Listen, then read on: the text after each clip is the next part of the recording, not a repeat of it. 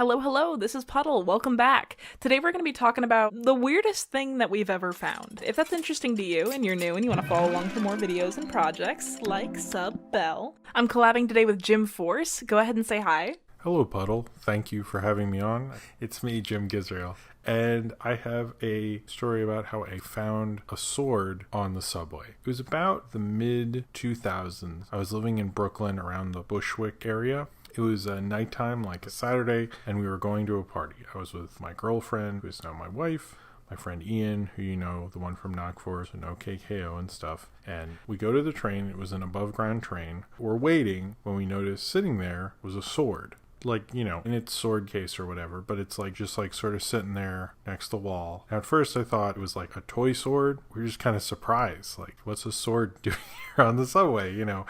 So I went over, picked it up, took it out of the case, and yeah, it was a real sword, like a thin one. I did get like some Sword in the Stone vibes, like this was my destiny to have this sword. Felt really cool, but the train was coming and we were going to a party, and I didn't want to be that guy who shows up to the party with a sword, you know, the sword guy. It's like the guy who shows up with a parrot or a snake. Also, you know, didn't really want to get arrested for sword possession. And really, what was I going to do with the sword? So I put it back in its sword case thing and put it back and got on the subway and we went to the party. The weirdest thing I've ever found, which I still possess to this day, was from a concert on the last night of a tour that the bands had been doing. At the time, I had been taking my partners to see the show, and every time that this show was in town, it was very important for me to see it at the time. This is, you know, before quarantine caused concerts to end. So this is back when we still had concerts. Midpoint in the show, they bring out one of the guitar cases in the back of the stage, and they say, "Oh my god, it's here too." And they hold it up for the audience, and they go, "This thing has followed us the entire tour." And they're holding up a small, maybe like 6-inch doll that is naked except for shoes, has eyes that are like stuck closed. It looks like it's been through something. It's got this weird little thing on its head that from far away, not on the stage, you can't really tell what's on its head, but it's got something on its head. And they're like, "We have gotten rid of this several times and it keeps ending up in our luggage. It keeps ending up in our equipment.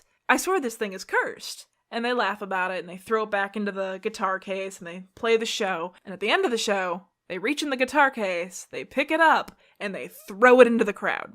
I do not remember what this party was, but I do remember Ian telling, I think the person whose party it was, about how we found a sword on the subway, and they were like, "Why didn't you bring the sword?" And I was like, "I didn't want to be the guy who shows up to the party with the sword." And he was like, "I don't know, that sounds pretty cool to me. It was like your destiny or something," which... he was right. The sword, I felt like I lost a once-in-a-lifetime opportunity. You can say, like, I found this sword. I don't think that's a normal thing people do in this century. So the rest of the party, I was thinking about it. And it was sort of bugging me. I said to my girlfriend, I should have taken the sword. And I will say she was very supportive of the whole sword thing. Like, there's some life advice right there. If you're with someone and you find a sword, and you're dating them and they're very supportive, you should marry that person right there. Marry anyone who supports you and your found subway sword. Hey, real quick, I'm not sponsored, I'll be fast. I have a mailing list with all of my project updates every month, and I also put goodies in it, so it's free to sign up, and if you want to check it out, I have links below, and if you're digging this content, like, sub, bell. Okay, back to the video. This beautiful baby lands in my arms, tossed from heaven. And it's got holes in the back, like somebody been stabbing it with like a fork or something. It's got human-esque plasticky hair stuck to it, but it's not like doll hair. It's like stuck to the arms. The eyes are stuck closed, like I said, and it's got painted on shoes. And the thing on its head is a weird little rubbery plastic chicken. And I'm like, what is your story? Where did you come from? I put it in my vest pocket, and I enjoy the rest of the show. I go to the merch table, buy some merch, and of course this is an indie band, so they're selling their own merch, and they congratulate me for catching the doll, and they're like, "You hold on to it. I'm tired of seeing it." And I think, oh, perfect. I will hold on to it until the next time I go to one of these shows, and then I will slide it under the merch table. Easy peasy.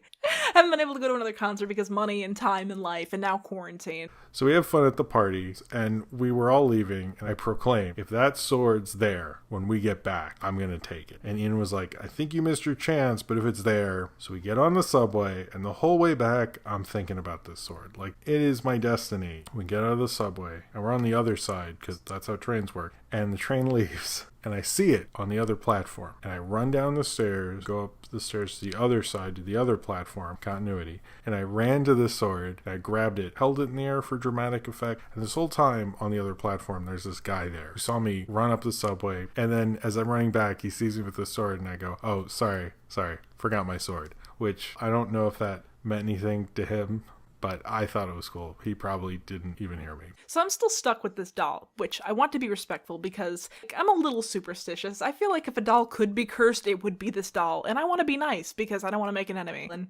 I think if she has a name, she wouldn't want me to name her. I think she knows who she is, and that's fine.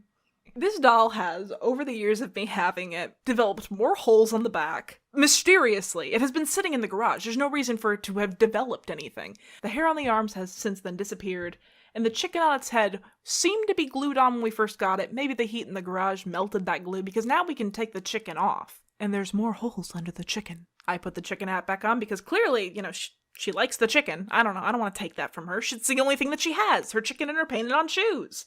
But her eyes popped open. And you might be thinking, get rid of that thing! But I've already, I've had it for this long already. I do eventually want to bring it back and take it to a concert, and it just feels disrespectful. She's been with me this long. It would be disrespectful. It would be rude to throw her out. So right now she's just hanging out in my Halloween decorations. I check in on her every once in a while and, note the new developments of holes and hair and life. So we left. I took the sword home. I kept the sword in every closet of every apartment I lived in. I never displayed it proudly. I'm not one of those store-bought sword kind of guys because, they didn't find a sword. So I guess they need that in their life. But a little bit before my daughter was born, my wife asked me to get rid of it. And it did hurt. But I think pretty quickly I realized I had barely looked at it since then. I don't think I ever got it out. So if I told someone the story, I go, yeah, it's in that closet. So it basically just existed as a funny story and a way to take up closet space. Maybe I grew up.